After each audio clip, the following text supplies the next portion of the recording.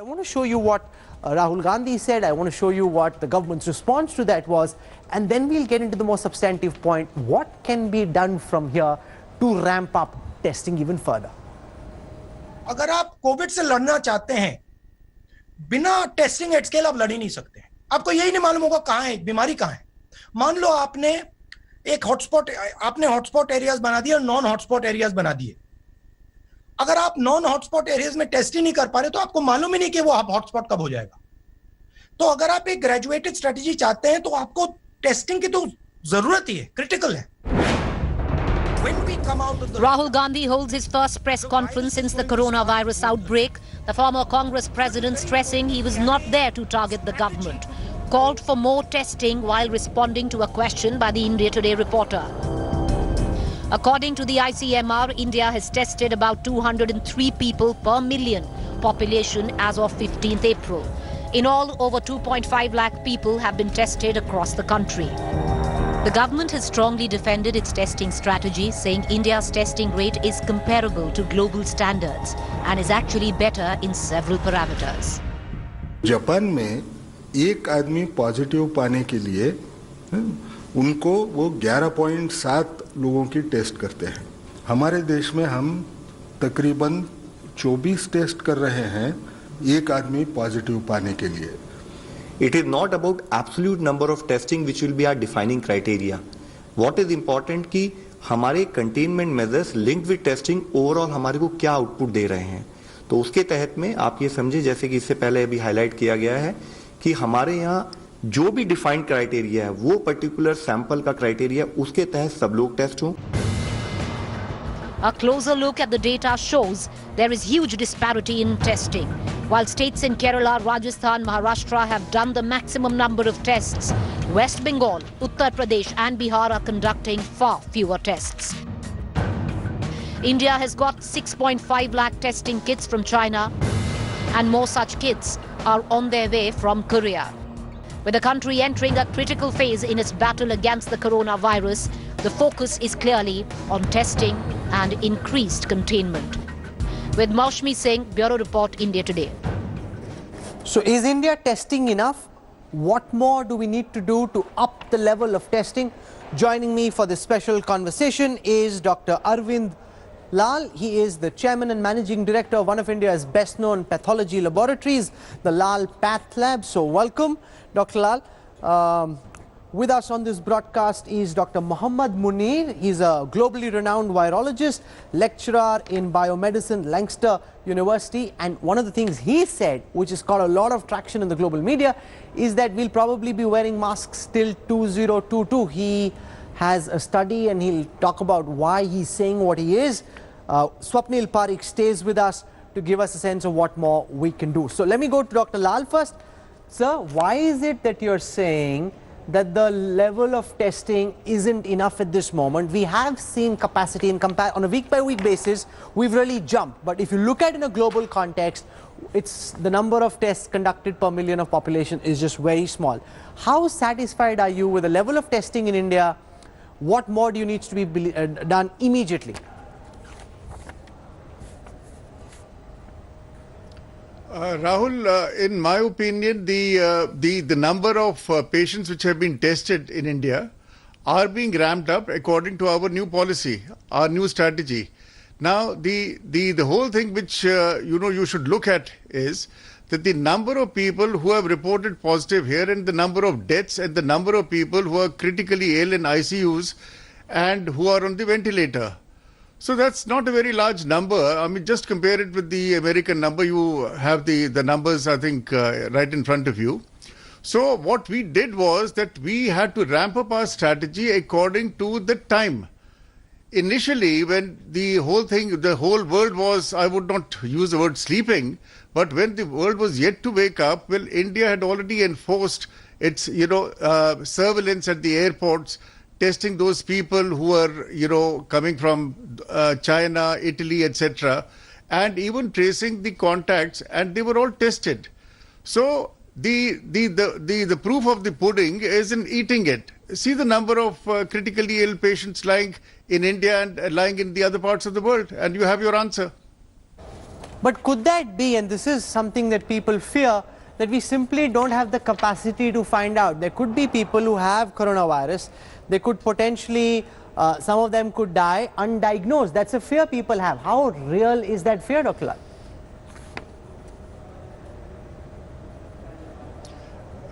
In India, it is not going to happen.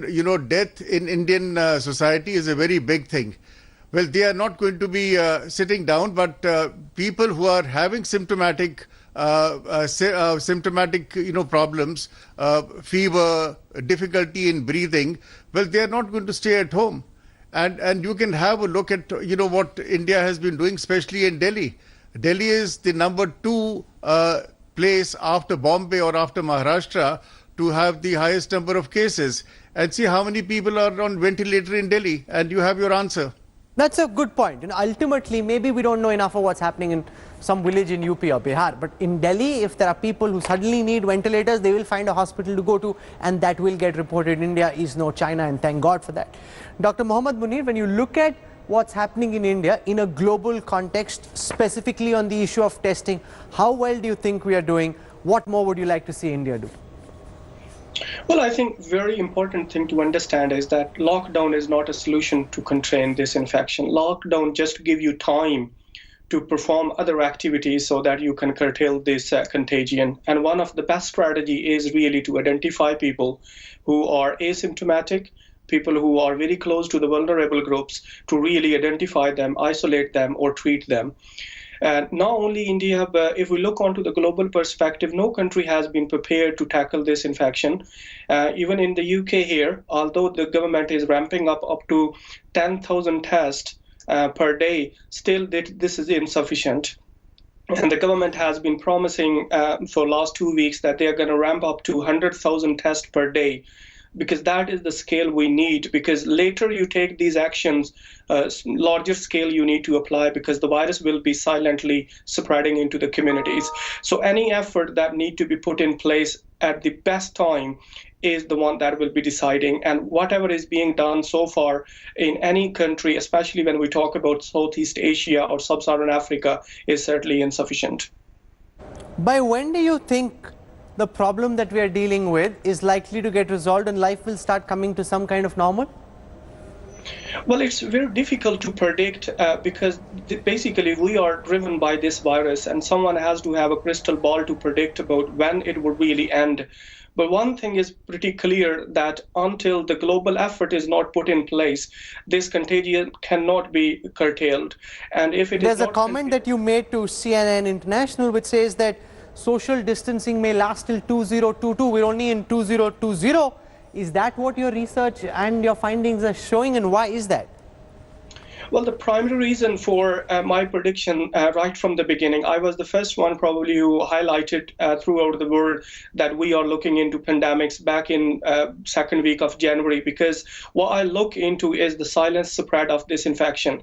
Majority of people, 80%, might not observe it when they contract this infection. And if you don't pick it at the right time by effective diagnostic assay, they are the one that's going to spread the infection to so many people that would be very difficult to catch afterwards. So ramping up capability for the diagnostic is certainly important. And once again, I would like to emphasize is that more delay you are going to do in the testing, harder it would be to really get this infection on hold. Dr. Parekh, you've seen how we've built capacity over the last few weeks, very minuscule in a global context. But what do you make? Ultimately, when you judge India, you have to keep in mind the constraints our administrative system deals with. Well, how are we ramping up fast enough to your mind? I want to actually give everyone on your channel some breaking news. India has devised a system whereby we are soon going to be testing maybe 50% of the Indian population without any new technology and with the best diagnostics. I submitted this plan to the government of India on the 7th of April. I don't know if you can see this, but what this represents is wastewater surveillance. We developed this system for polio virus detection, in which you look at the virus, you test the sewers, and if you test it in a sewer in a main station, you can then follow the infection back to the community. To give you a better idea of what this looks like, give me a second and I'll show you a graphic. And it's quite an incredible system, really. So, this is the proposal I submitted to the government of India on the 7th of April. And I don't know if your viewers can see this, but basically you can use the feces. We did this successfully for polio. You can track the virus in the stools, in the sewage. And when it collects at a main pump, like let's say in the main pump of the city, you detect the virus. You can you can use this test because it tells you how much virus there is. You can trace it back to the community it's coming from. That's your hot zone. And then you intensify testing in that area. And the polio virus surveillance program is one of India's greatest public health assets. Sure. And it's a great thing that we're going to do. So The that's WHO, interesting. in fact, I want to ask Dr. Lal, how much will these rapid tests that are coming in from China help? The government said 640,000 kits have come in. How should these best be used? To what extent do they help? And we've seen some other countries complain saying that Chinese maal hai, theek nahi hai. So people are already worried. Is it even, is it even good quality stuff?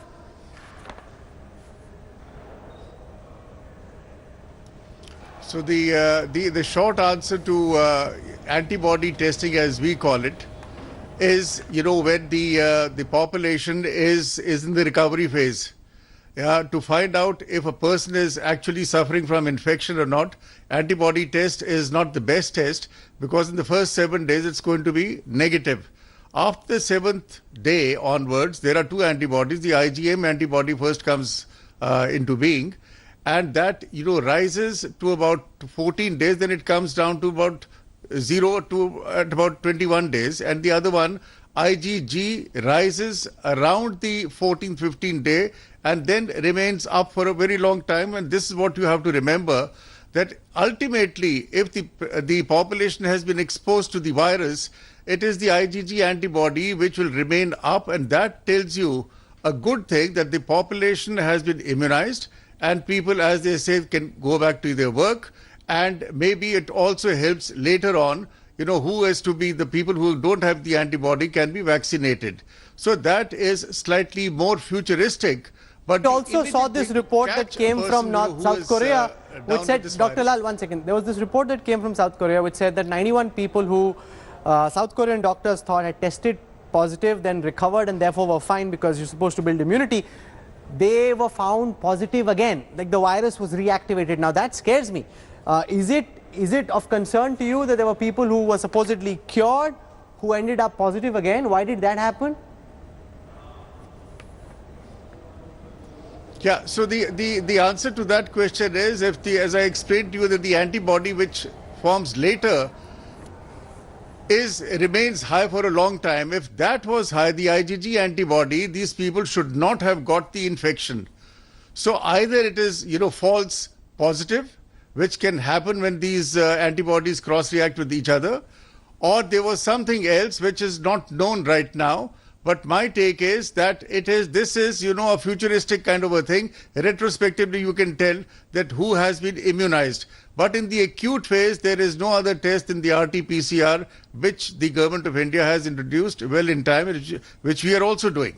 So we can only wish the likes of Dr. Arvind Lal and everybody else who's trying to ramp up testing inside government and outside all the very best, because getting tested is virtually like the Arogya Setu app is saying, it's virtually like your passport to leave your home. If you can show that you've got the antibodies and that you can leave, but then also the fear that what if you can have the virus reactivated in your body? That's something to consider as well. For the time being, Dr. Mohammad Munir, you joined us for the first time. Very interesting hearing your perspective. I hope that you can come back to us. Leading virologist has been all across from Al Jazeera, BBC, CNN, joining us in India today. The first time, we'll call him back again. Dr. Swapnil Parekh is virtually now a part of our extended medical cabinet. We hope to have him back again. Thanks, Parekh, for joining us, and Dr. Arvind Lal for the work that you're doing. Thank you, sir. Hello, everyone. This is Rahul Kanwal here. Hope you enjoyed this video. For the latest news and analysis, like and subscribe the India Today YouTube channel, and don't forget to press the bell icon to stay updated.